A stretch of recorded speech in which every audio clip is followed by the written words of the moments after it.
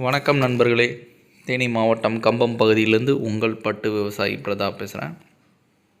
பார்த்திங்கன்னா 4ஆம் பருவ தோல் உரிப்புக்கு பட்டுப்புழுக்கள் முழுமையாக ரெடி ஆகிடுச்சு.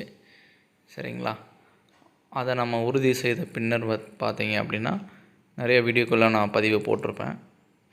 பட்டுப்புழு எல்லா புழுக்களுமே தன்னுடைய தோலை உரித்ததுக்கப்புறம் என்ன பண்ணோம் அப்படின்னா நல்லா அசைவுகள் ஏற்படுத்தி கொள்ளும். சரிங்களா? அந்த மாதிரி தருணத்தில் பார்த்தீங்க அப்படின்னா நம்ம இந்த விஜிதா க்ரீன் பவுடர் நம்ம மேலே தூவி விடணும். அது ஏன் தூவுறோன்ற விஷயம் நிறையா காரணங்கள் இருக்குது. கிருமிகள் எதுவும் அண்டாமல் இருக்கிறதுக்காகவும், ப்ளஸ் அதில் அந்த தோல் உரிப்பில் ஏற்பட்ட காயங்கள் சில இதெல்லாம் மாறுறதுக்காக இந்த விஜிதா க்ரீன் நம்ம எல்லா பட்டுப்புழுக்களுக்கும் மேலே படுற மாதிரி நம்ம அப்படி கையிலே தூவி விட்டுருக்கோம்.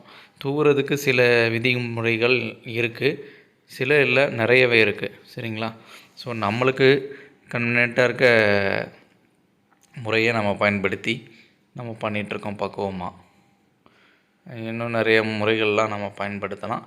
ஸோ அந்த முறைகளுக்கு நிறைய நேரங்கள் வீணடிக்க வேண்டான்றதுக்காக நம்ம இந்த முறையை பயன்படுத்தி பண்ணிகிட்ருக்கோம் நண்பர்களே. இது மாதிரி எல்லா புழுக்களுமே நல்ல முறையில் தோல் உரிச்சதை உறுதி செய்த பின்னரே பார்த்திங்கன்னா நம்ம இந்த மாதிரி பண்ணணும்.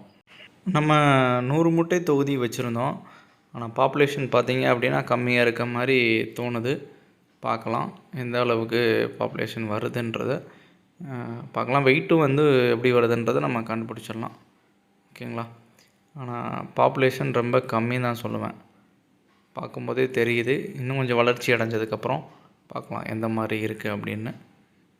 நன்றி, வணக்கம் நண்பர்களே. மீண்டும் உங்களை அடுத்த வீடியோவில் சந்திக்கிறேன். முக்கியமான ஒரு விஷயம் என்ன அப்படின்னா, இந்த 6 நாட்கள் மிக பிரம்மாண்டமாக பட்டுப்புழு வளர்ப்பில் வேலை நடக்கக்கூடிய நாட்கள். சரிங்களா? அந்த தருணங்களையும் உங்களுக்கு நான் கண்டிப்பாக பகிர்ந்து கொள்கிறேன். நன்றி, வணக்கம். மீண்டும் உங்களை அடுத்த வீடியோவில் சந்திக்கிறேன். அனைத்து பட்டு விவசாய நண்பர்களுக்கும், வரக்கூடிய பட்டு விவசாய நண்பர்களுக்கும் என்னுடைய பிரம்மாண்டமான வாழ்த்துக்கள். நன்றி, வணக்கம்.